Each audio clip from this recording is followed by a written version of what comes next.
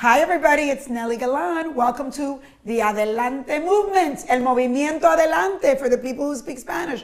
Love you all so much. My ladies, your husbands, your kids, I'm so happy you're here. I've met all of you on the road. I've seen so many of you doing my segments on Univision, and now we're here to go deeper, to dive deeper, to learn more. And I'm so proud of you for being here.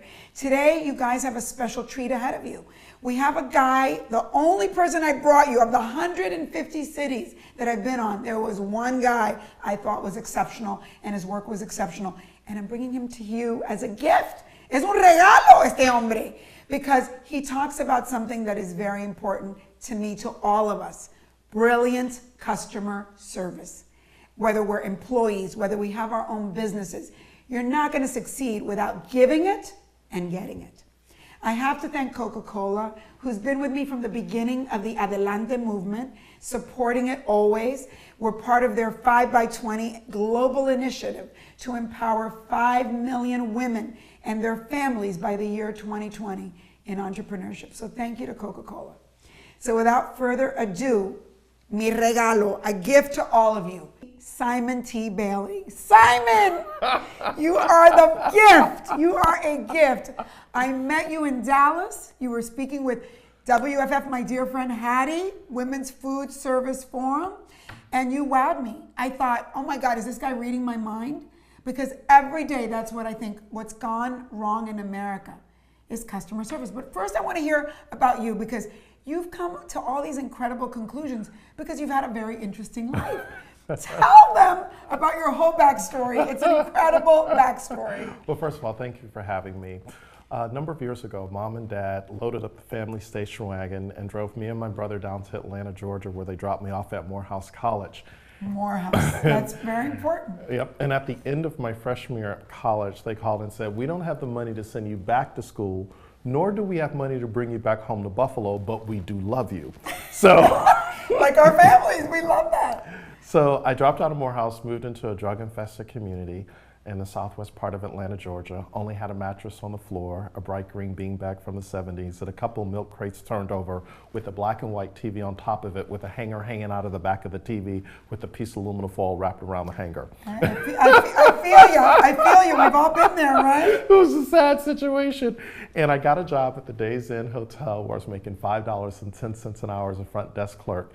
And I transferred my 1-year credits from Morehouse over to Georgia State University. So here I am, 19 years of age, lost as a goose in a blizzard, could not figure it out, and really just trying to find my way. So eventually I went from the Days Inn to the Comfort Inn to the Hyatt Hotels and eventually to Orlando. Learning. I did go back to school. I was just on the 10-year plan. Well, but I love that, because a lot of us, I love hearing that important, because so many of us feel like we're in these dead-end jobs and we hate what we're doing. But you were picking up, you'll see when you find out what he's figured out, you were picking up tips all along the way. Totally. And so from there, I joined Disney, worked at Disney for 7 amazing years. The happiest place on earth. You learned a little something about customer service there. Yeah, and then I left Disney about 15 years ago to do this work all over the world now. So I love what I do. Okay, so we have to talk about that, because for someone who has had a very diverse background, right? You decided to focus on brilliant customer service. Yes. Why is this important? What is it, number one? And if I'm a business owner or if I'm an employee or whatever, why do I give a hoot? Even though I give a hoot, but I want them to find out why they should give a hoot. Sure. Brilliant service is all about exceeding expectations, not because you have to, but because you want to. Because in this economy, every business person that's listening to us right now, good is no longer good enough. If you're average, you will be out of business. It's about being brilliant. Okay, can we say this again? No, we have to say this again, because I feel like we're living in really weird times. Mm-hmm. People are losing their jobs. It seems like everything is very robotic. I mean, literally and figuratively, we're about to be taken over by robots. And I don't think people hear this enough, that what we're all really looking for is a brilliant experience. The brilliant experience that is unforgettable. So is your business forgettable or is it unforgettable? Is it memorable or is it just more of the same? Because here's the deal, Nelly. If you do what your neighbor does, what your competitor does, you will compete on price. brilliant service is the point of differentiation that keeps customers coming back time after time again, and then they become your unofficial marketing department because of the experience. Okay, so let's break that down. Let's start talking about I'm an employee. Let's break it down, because so many of the women and their families that come to my events, they're like, well, but I'm working in this dead-end job, I hate it. And I always say, no, you're training to be an owner, right? Totally. So if you're a person, you're an assistant, you have the most lowest job, and how does this even apply to you? Oh my goodness, 3 things. Number 1, first of all, you no longer go to a job, you go to work, because a job stands for just overboard. So it does. It does. It says we're just overboard. But when you go to work, here's what you discover. Number 2, a paycheck is given to people who show up. Opportunities are given to people who work beyond what they're paid to do. Okay, again, everything you say, we have to say 100 times. Okay, let's say that again. So if you do what you're supposed to do, you'll get a paycheck. Right. But when you're not building a career. You're not building a career, but when you go to work, you work beyond what you're paid to do. And that internship mentality, that mindset is your point of differentiation. That's how you give brilliant service at work. And that also means that you're trying to pick up, like, what is this company doing right and wrong? You're adding, right? You're adding value, intelligence, like, you know, and sometimes people say to me, well, but if I do that and then I tell my boss and they don't listen, it doesn't matter. Exactly. You are in training to have your own business. So if the person doesn't listen, you still owe them that. Totally. You know, and I always say this too, I feel like, as someone who started out as an intern myself, that I became so indispensable that, you know, all my bosses, and a lot of my women know this, they funded my businesses because they couldn't get rid of me. It's like, well, now I go, well, I can either leave and you're not gonna have another me, or you can be my client and you can still have me around. So what you're describing is every person working should become an intrapreneur. That's so go right. to your boss and say, what is it that I can help take off your plate that you don't like doing that would allow you to be more successful? That's brilliant service. Okay, but how do we do that in a world where everybody's on, you know, Facebook and this and that and the other, and we don't, a lot of young people haven't been trained like that. I mean, it's easy, I think, maybe for me to think like that, because I was trained very old school, that that's what you do. Like, you don't leave before your boss leaves. If your boss is dying, you stay 3 hours longer and don't complain about it. Yep. And we've raised a lot of young people to think it's like the business is very transactional. Like, they come to work and it's like they do what they have to do and they're really about their lifestyle. So what do you say to that? Well, first of all, you have to think about long term, where do you want to be in this career?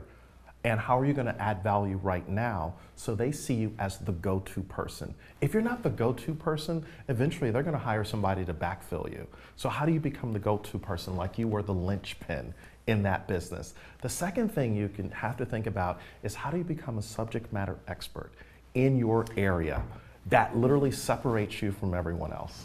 So this goes back to you, right? So you're working for all of these companies and Disney, and there's so much that you could have gotten out of each of them, and you decided, you know, I'm really going to focus on brilliant service. Yes. Why was that the thing that really resonated with you? Well, I came across some research that says it costs 6 to 7 times more money to acquire a new customer than to keep a current customer.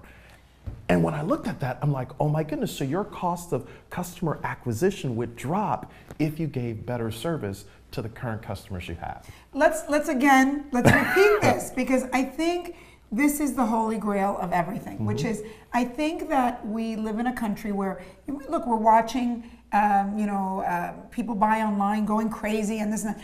The truth of the matter is that the most important thing for your business or your career as a person is that people not just love you and love what you do, but that they're addicted to you. Totally. They're loyal to you, and it's not even rational, and we're going to get into that, right? It's an emotional thing, because it's so much work to get someone to hire you or to buy from you or whatever, to then have them go away. Right. It's so much easier to just do it right the first time. Right. Even though you know, a lot of people, I mean, and look, I feel, because I know you work with a lot of big corporations, you go to a lot of stores out there, and sometimes you really get employees that don't represent the brand. No. How do you do that? I mean, I'll tell you something. I've had horrific experience, but horrific, and I call people out. You know, like recently I was dealing with a financial services company, and something that a service they were providing me online was broken, and I said to the lady, "It's not working," and she's like, "Well, maybe it's you." I almost had a nervous breakdown. I said, "Really? Would you like your boss to hear me say that that's how you're representing the company?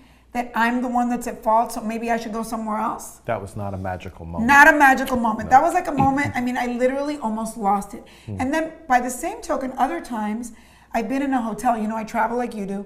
I leave my computer in the hotel room, which usually you call and they're like, "We can't find it," you know, like, and this one guy was like, "I'm going to be with you. I will call you every day till the computer gets to you." And I thought, oh my God, it's almost so shocking when you get someone like that. And I said, "What is your name? I'm writing a letter to your hotel because I cannot believe the customer service I'm getting." How could you have two such radically different experiences?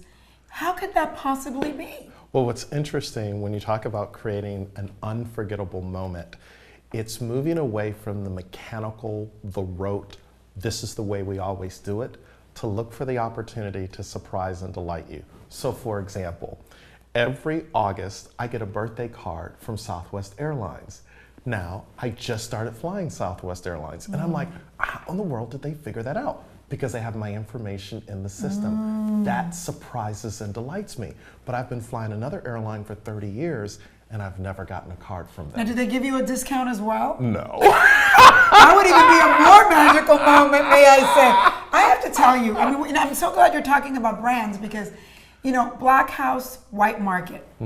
I have to say, you know, and I really never shopped there or whatever, but I went there once, and then I would get, not only would I get a birthday thing, but it would get 20% off.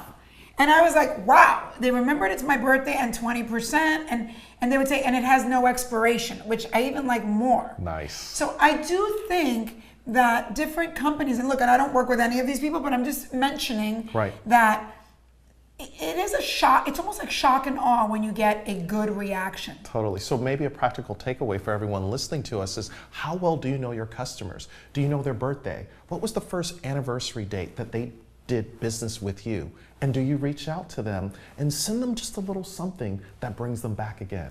Well, I'll tell you something. I learned a lot. I met with the team that had done the Obama campaign.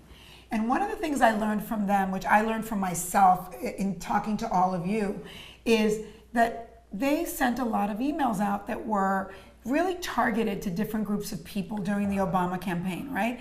And I realized, like, I meet so many of you on the road, and I realized I have to start targeting my emails to you so you know I met you. I really do remember all of you. Right. And specifically, because I always ask all of you when I'm on the road, what did you hear from my speech? And it's amazing. Every city, every event is different, what I hear. And so to remind you what you said to me, to remind you what you're looking for, I mean, it is really just, it has to be at the top of all our minds. Totally. How do we do what all of us do better all the time? And I know you talk about this. You always say, brilliant service starts with you. Totally. So what does that mean? I know it's like a shift in the way you think, right? Well, first of all, it's recognizing that customer service is not a department, it's a mindset. I love that. It's a mindset. You have to change the way you think. Totally. If you hear it, you own it. So everyone in your business has to have that mindset and obsess about the customer. That's rule number one at Amazon. They obsess about the customer experience. That's right, they do. They do. They do. Like if they say it's, you know, on Amazon Prime, it's 2 days, you get it in 2 days, and I know because I have people that work there, they freak out if the thing doesn't get there in time. Totally. Then, once you identify that you own this customer experience, then you have to have service standards, which really speak to the spirit of excellence. One of my mentors said to me a long time ago, how you do everything is how you do everything. I love that. That life is in the details. People care about details. That's it. That's really it. So, but let's go. So let's bring it back to, you're saying it's a mindset shift. Let's break it down to each individual person first, because everything starts with you. Totally. Right? So how do you wake up every day when we get mad, when we have road rage, when we're having a bad day? How do we bring in this filter that says, no matter what, I'm creating great experiences for other people, because how other people see me on a daily basis is how I'm building who I am and my character. Well, the first thing I want everyone to think about is carving out 15 minutes at the beginning of the day. Taking the first 5 minutes to meditate, just get quiet. I agree. The second 5 minutes to read or listen to something that inspires you. And then the third 5 minutes to stretch and get aligned with the day. Because how you start the day determines the day. You cannot give good service if you haven't served yourself first. Because you can't do what's never been done. You cannot be who you've not become. So really start with you. Then the second thing is when you go to interact with your vendors, your employees, your team members, your contractors, give them service. Ask them how they're doing. Ask, don't tell. Listen, just don't hear. Start to build that umbilical cord of what service looks like. And then all of a sudden, they can pass that on to the customers that you work with. I mean, I think that that's very powerful and very deep, because I think it is kind of what we're not doing in the collective of the country, right? It's saying, you know, you see like a little old, I mean, something as simple as the little old ladies crossing the street, and that you think that is, I mean, the way you treat other human beings is how you want to be treated. That's, isn't it? It's almost spiritual. Totally. Right? Just yesterday, I saw a couple getting into the car, and the gentleman, I think he had forgot that chivalry was important. So he goes around to the driver's side, and his wife, who probably was in her 80s, was getting on the passenger side, and I was getting in my car. And I just went over, and I just opened the door for her, and I said, "Ma'am, please get in." And she's like, "Really?" I said, "Yeah, it's that little thing." I wasn't looking for a pat on the back, but that gift of service made me feel good about what I did for another human being without looking for anything in return.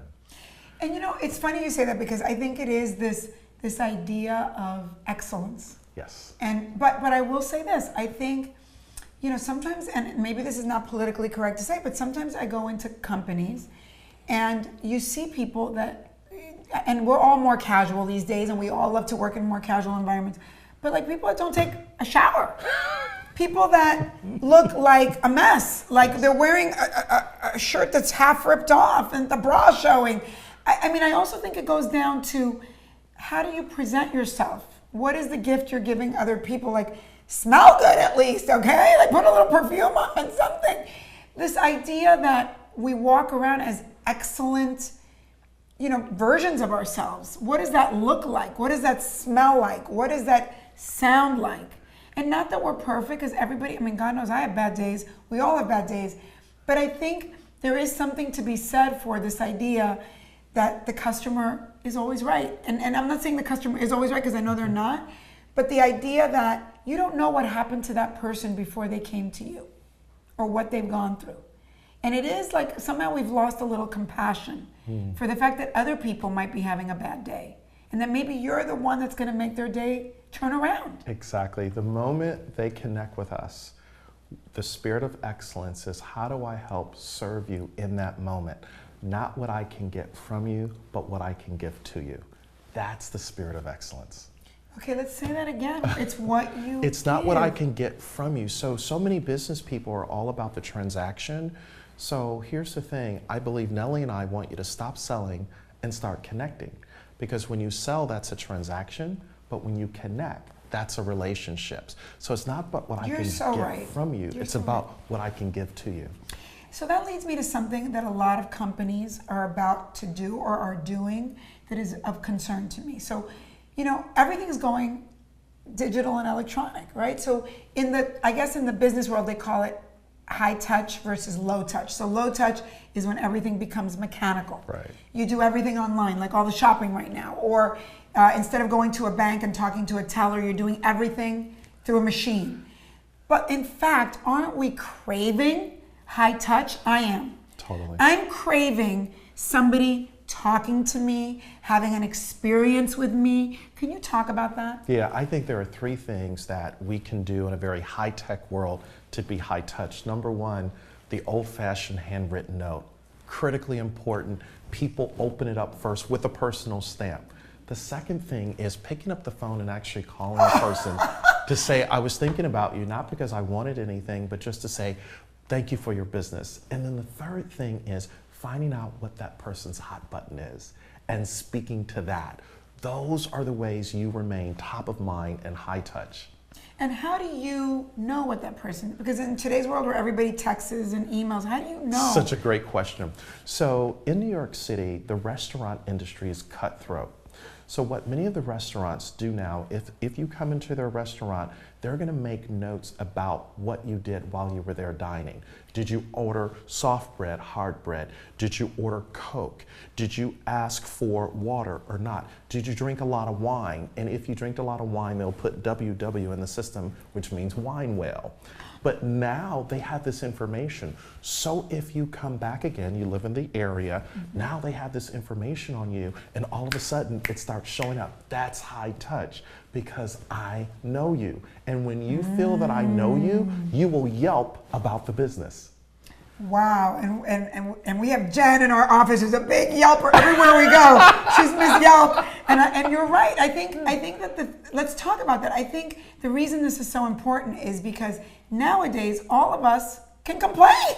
Totally. I mean, totally. And I have to say I take advantage of that because I feel like I am helping companies by giving them feedback. I think, one of the things I always say, I think when you go into this politically correct thing that nobody tells employees anymore what's right or wrong. Like I had bosses that were very tough on me, and you don't realize that when you love someone or you care for someone or you care for a business or you care for your country, it's okay to complain. Totally. It's almost like you care for it so much you want it to do better.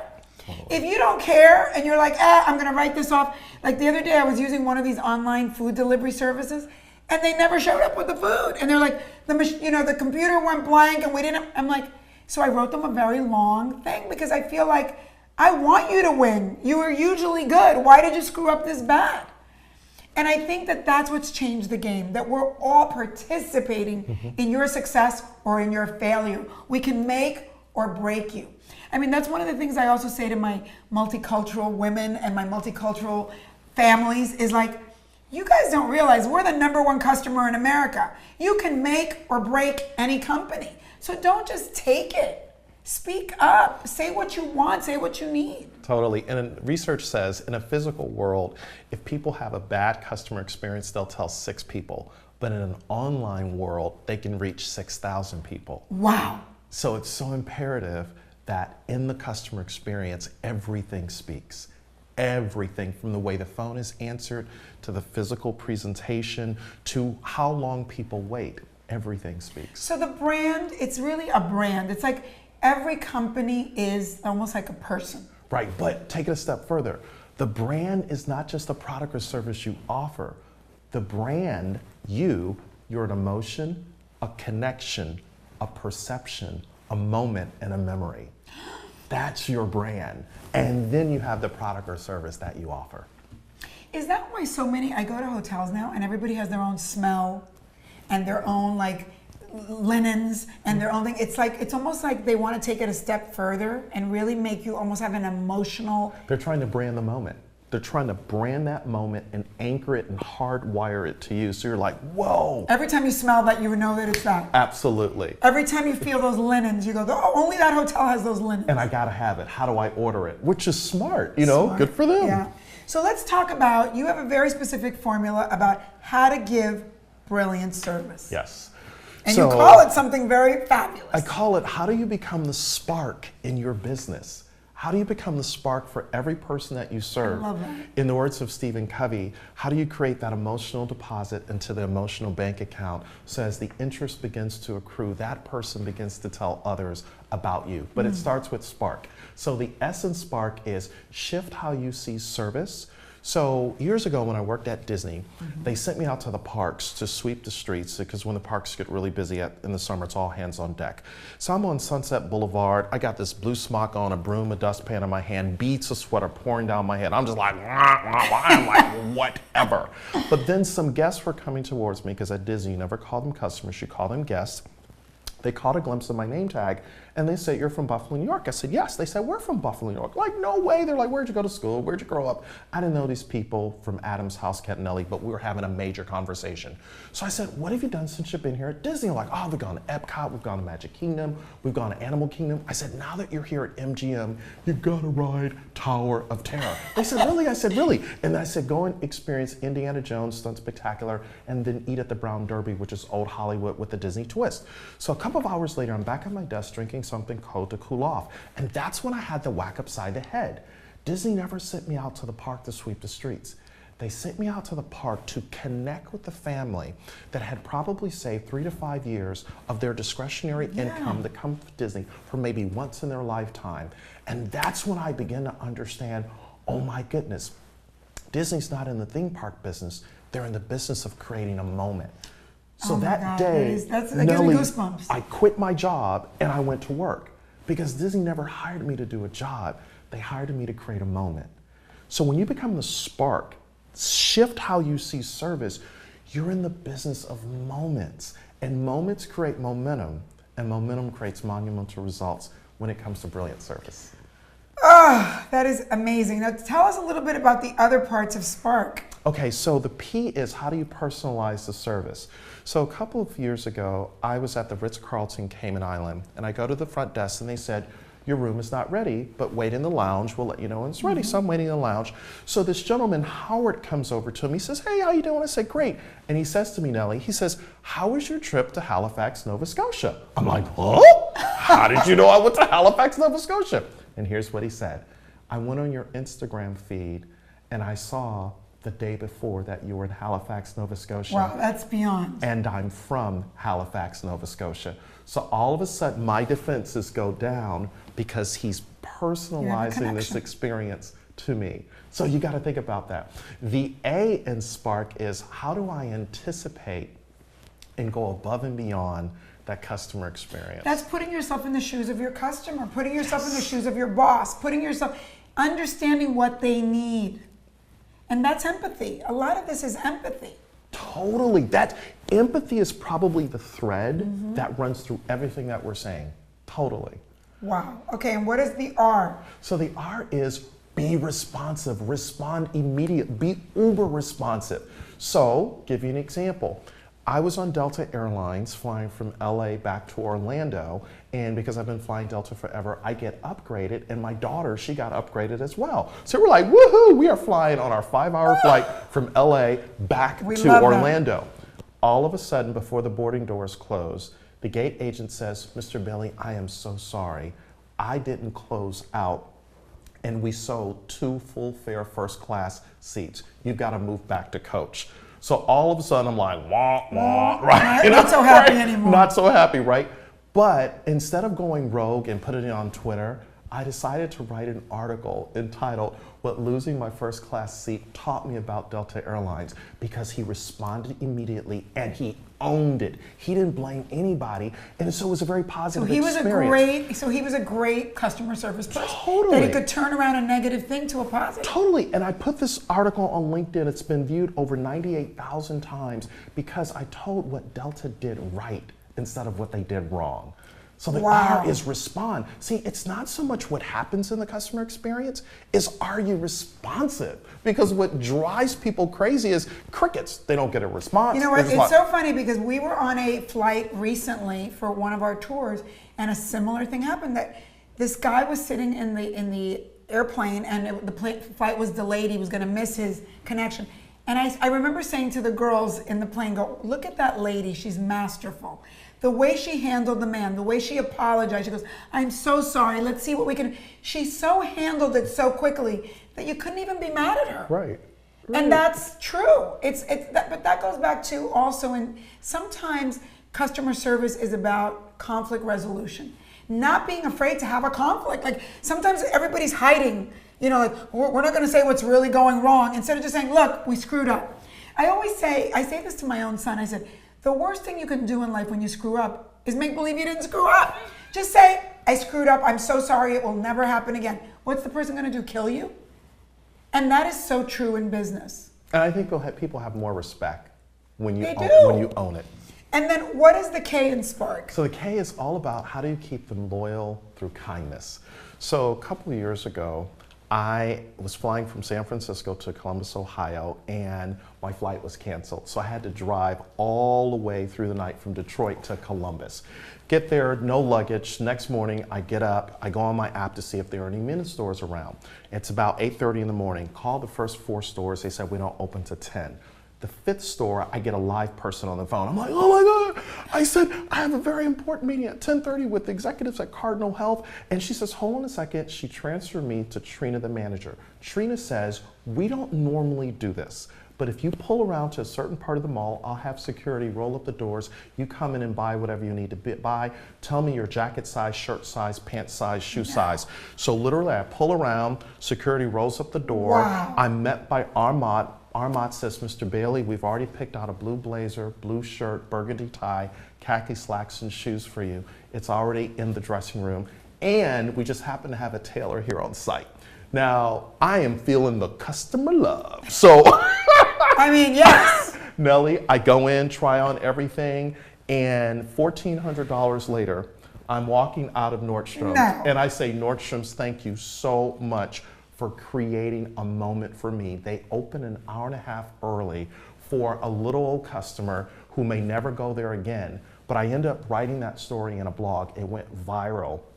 And I said, tell those other 4 stores to stay closed because Nordstrom's found a way to keep me loyal with kindness. Wow, that's an incredible, incredible story. I just sometimes wonder, and when I'm hearing that story, you know, I get that Nordstrom's would love what you wrote and would get it, right? And that's their value system. But I don't always know if it trickles down to all the employees. How do you tell companies to train employees in a way that they get it, that they feel part of this, like, wow, we did this for our customer? Oh, you're gonna love this. So guess what Nordstrom's one rule of customer service is? What? Use your best judgment. That's their entire rule. Use your best judgment. So employees all the way down understand I'm going to use my best judgment to go above and beyond, not because management told me to, but because I want to. Yeah, because people also don't realize that costs them X amount of money. That's nothing. Nothing. To retain a customer. Totally. That's going to buy from you for 60 years. And that's what everybody doesn't get. It's like you're a valuable asset that's worth hundreds of thousands of dollars to companies over a lifetime. You know what the research says? That the first time a person buys from a company, they're worth 10 times more.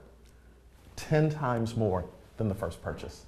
Okay, so how do we do it? What are the top things in this new world, this new economy? How do we get the brilliant service? How do we give it and get it? Well, you mentioned it a moment ago, is you will give them feedback in the moment. Failure is not final, failure is only feedback. We are in the recommendation economy. So whatever place of business that you go to, make it a point to use the app, give them feedback, tell them what they did right, tell them what they did wrong, tell them their areas of opportunity because they can improve if they don't know. I think the second thing that you often talk about is challenge the status quo. The customer is not always right, but the customer presents a learning opportunity. So what can we learn from this experience? Because we see it from a different viewing point. And I think the third thing, there's a lot of customers who say, you know, I took this survey and whatever happened with the survey. Just don't put a survey out there to check the box. Make sure that there is training and development that's put around the survey if you want to become recommended by that customer. I have to tell you, one of the things that irks me is when I get a survey from a company, which, you know, we have very little time, and you're asking me to do this very long survey, and you're not giving me anything to do that? When I know how valuable my information is, like, throw me a bone, send me a $10 certificate, Totally. do something. Because I think that this exchange of information is so valuable. And I think it is so important that you should think about, what is it worth to you? And how do you reward somebody for giving it to you instead of getting upset that they're actually giving you feedback? Totally. And take it full circle, not only reward you, but then tell you what they did with your feedback. That's right. How did it? And I have had companies do that. Right. I have had companies like where I've stayed at a hotel and I've given them bad feedback, and then they go, are we doing better? Did you like it better this time? It is amazing how many people are doing things also right. Yes. But when it happens, it's so powerful that it almost you're like shocked because you get so many bad ones Sure. that when a good one comes along and when they're good, they're really good. Like I have to tell you, because I've been in 150 cities in 18 months, I started writing down in every hotel, just because you brought up the hotel thing. Okay, this one had shampoos that were too small. How could you possibly think a woman with this much hair can wash her hair with this size of a bottle? But then they would get something else right, like they would have tissues. Believe it or not, tissues are a commodity these days. Or Q-tips, or the bed, the sheets were nice, or the room is. And so it was so rare to get all of the lists. I finally came up with a list of what were the must-haves. Not even like 5-star must-haves. And when I finally I went to Canyon Ranch in Tucson, and I had like all my list 10, check, check, check, and it had like 3 more. Like they'd had a little gift at night in the bed. I thought, oh my God, they exceeded. It was shocking. Right. But I cannot tell you how much business I have given those people. I recommend them to everybody. I go, you don't understand. There is not a detail missing because there's always something missing. Wow. And I wonder, do these companies ask, like so many women now are traveling for business. Mm-hmm. Does anybody ask what women need in toiletries? Some do, some don't. Believe it or not, some do, some don't. Those that really care and go the extra step to see you as a relationship, not a transaction, they will go that extra mile. I have to say, not to be weird, but I almost think it's the same thing guys get wrong in relationships. I have to mention this because I think women are so clear what they want. Sure. And men, it's like, what? When you get the Valentine's present for the 3rd year in a row, like you get red roses when you've said you hate red roses. I think it's very interesting to me that we don't always listen to people really declare themselves very clearly and very honestly. And we just sometimes don't listen, whether we're a business or whether we're in a relationship. Well, the same letters that spell the word listen spell the word silent. So when I'm really listening to you, I don't have selective hearing. I'm dialing into what's important to you. So you very clearly say, to be brilliant and unforgettable in your service, there's 3 things you really have to do, and it really ties into what I just said. Mm-hmm. What are those 3 things? First of all, the fortune is in the follow-up. Most businesses, if you're going to thrive in this noisy economy where people are overwhelmed with a terabyte of information, it's all about the follow-up in the way you want follow-up to happen. So, would you prefer an email instead of a text? Would you prefer a phone call instead of some other form of communication? So the fortune is in the follow-up. I think the second thing is really understanding how do we connect, not just communicate.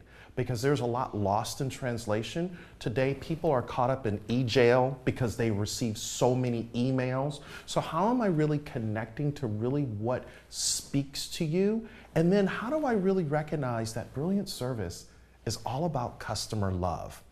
When people love a brand, you don't have to tell them to tell others about it. They will automatically begin to talk about it.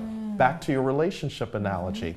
When a man is in love with a woman, he will tell all of his friends about the woman he's in love with. Notice how I put it on the man, not the woman. Thank God. So customer love is all about how do I begin to do something that speaks, not going the extra mile, going the extra inch. And the extra inch is looking for that opportunity to exceed the expectation of that customer, so much so that it's unforgettable. I have to tell you that in listening to you, I have to be very honest with all of my listeners. I feel like in a way I failed my audience because I've been on the road like nonstop, 150 cities. And even I feel like I meet you all. We have such an intense, magical experience. And then I go home and some of you write me and some of you don't. And I write all of you, but I want to hear from you. I want you guys to give me feedback on how I can connect with you better. Because I am all about excellence and connection. And you know, I'm Latina. I'm all about family and connection. I don't want to just have a one-off. Right. I meet you, adios, never again. I'm not about transactional. I am about relational. But I do think, I have compassion for all of you out there that may be feeling a little inadequate right now, like I feel, because we do live very crazy lives. And we're going to the next thing and the next experience and the next event. And really what I care about more than the event is the follow-up, is the continued relationship for the rest of our lives. So I want to talk more about you because this is your moment to give me feedback as well. So I so appreciate this because as I hear you, I hear my weaknesses. And I think it's a great time for all of us to reset the button. But I do want to mention one thing that I think is important because I as someone who talks about entrepreneurship so much and teaches entrepreneurship, I do feel like this is the secret sauce for entrepreneurs. And that's why I wanted you to be here. I mean, obviously, all of us start somewhere, and I tell all of you, you're not gonna leave your job tomorrow. You're gonna do your entrepreneurial thing as a side hustle first. We talked today about real estate. This is a mindset that's cultivated. However, I do believe, and this is why it's so important to me to get it right for myself, that the edge an entrepreneur has over a huge corporation is our ability to move quicker. Yes. Our ability to have a deeper connection. Can you talk a little bit about that? So most people, when they start in business, you have to decide, are you the cheetah or are you the hippo? The hippo, this is the way I've always done it, I'm not going to change. Cheetah, swiftest hunter in Africa. A cheetah has a flexible spine. A cheetah can shift on a dime. I was with a group a couple of days ago and somebody from the Charlie Brown section of the room says, what happens when you put a cheetah with a hippo? They said you get a cheapo. Okay, anyway. But the point is, in the words of Seth Godin, small is the new big. And because you are small, research says that customers will pay even more for a smaller brand than a big box brand because we are wired to go for the underdog, to help that small business. Right. So now is the moment to be the cheetah. Shift, move, just don't do it the way you've always done it. But here's the deal, every cheetah needs a hippo and every hippo needs a cheetah. So learn from the big box brands, but then assimilate into what works for you so that you stay nimble and flexible in this economy. I mean, I'll give you guys a very simple example. In LA, nails, manis and pedis are very inexpensive. It's like a war for where do you get it the cheapest, right? And everybody does a pretty good job. Recently, in my neighborhood, a new nail salon came up, and it was double the money. And my first instinct is, forget, I'm not paying double for my mani-pedi. But I was late one day, whatever, it was closer, I went to it. The amount of customer service I received, like, do you want tea? Can I do this for you? The amount of time that they took and everything. I realized, I was like, who cares? Double the money. I don't care.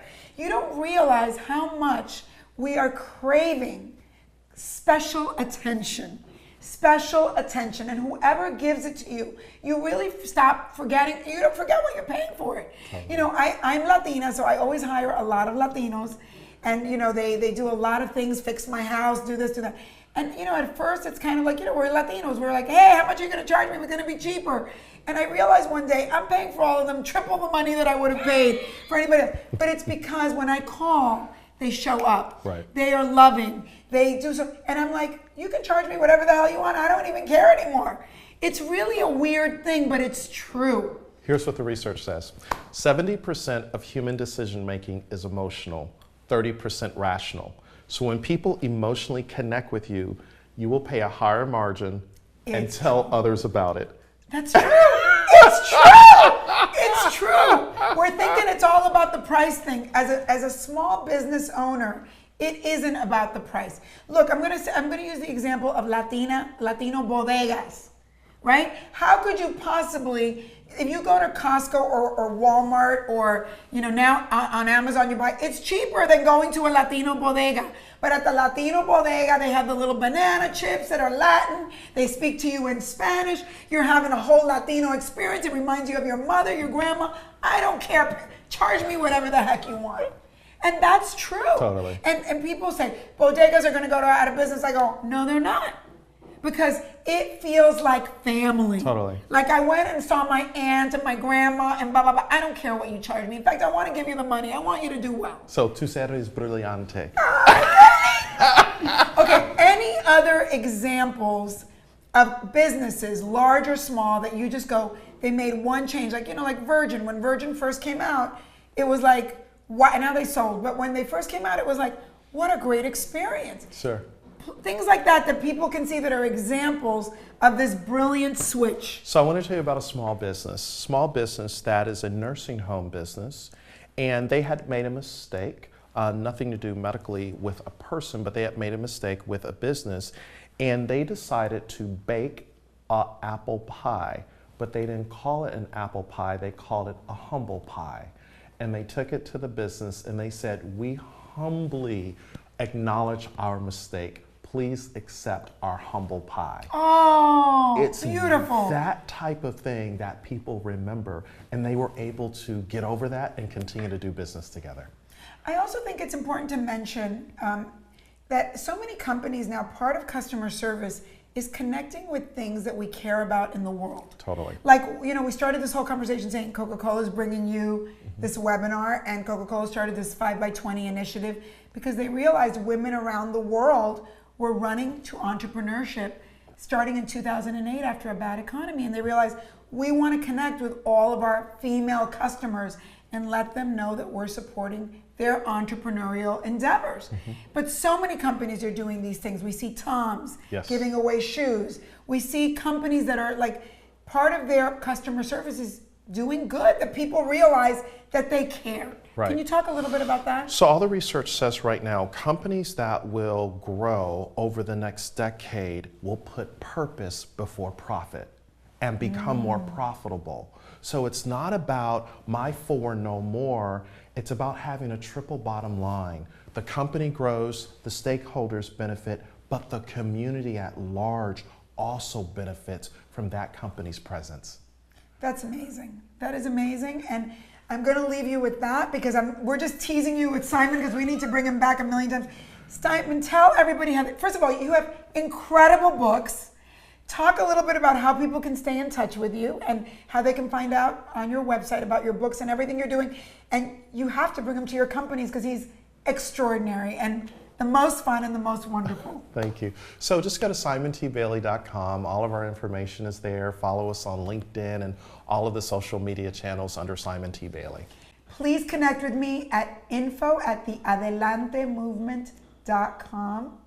I love you all. Remember, #I am self-made. You know that we're all becoming self-made, whether it's now, later, as investors, as there are many ways to become self-made, as I've taught all of you. And without brilliant customer service, without brilliant connection, brilliant moments and magical connections, we're not going to make it. So, adelante to all of you. And Simon T. Bailey, you are a delight to be with. Te quiero mucho. See? That's one of my touch points, speaking Spanish. That's all I know. I'm going to stay in my lane.